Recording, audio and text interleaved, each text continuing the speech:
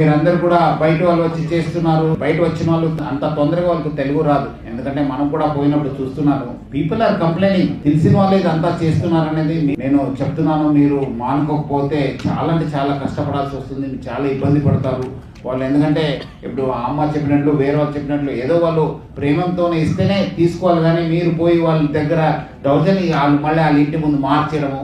మీరు కూడా కొంతమంది చెప్పినట్లు మీ వైపు ఏమాత్రం జరిగితే మనం డెఫినెట్లీ మీకు ఇబ్బంది అయితే మన పోలీస్ వాళ్ళు కూడా మన ఆఫీసర్స్ కూడా మనము సెన్సిటైజ్ చేస్తాను. మీకు ఎక్కడ అన్యాయం జరిగితే డెఫినెట్లీ నేను మన వాళ్ళకి సపరేట్ గా మీటింగ్ ఉన్నట్టు చెప్పి డెఫినెట్లీ మనము యాక్షన్ తీసుకోవాలని చెప్పి మన వాళ్ళకి క్లియర్ కట్ ఇన్స్ట్రక్షన్ ఇవ్వడం జరుగుతుంది.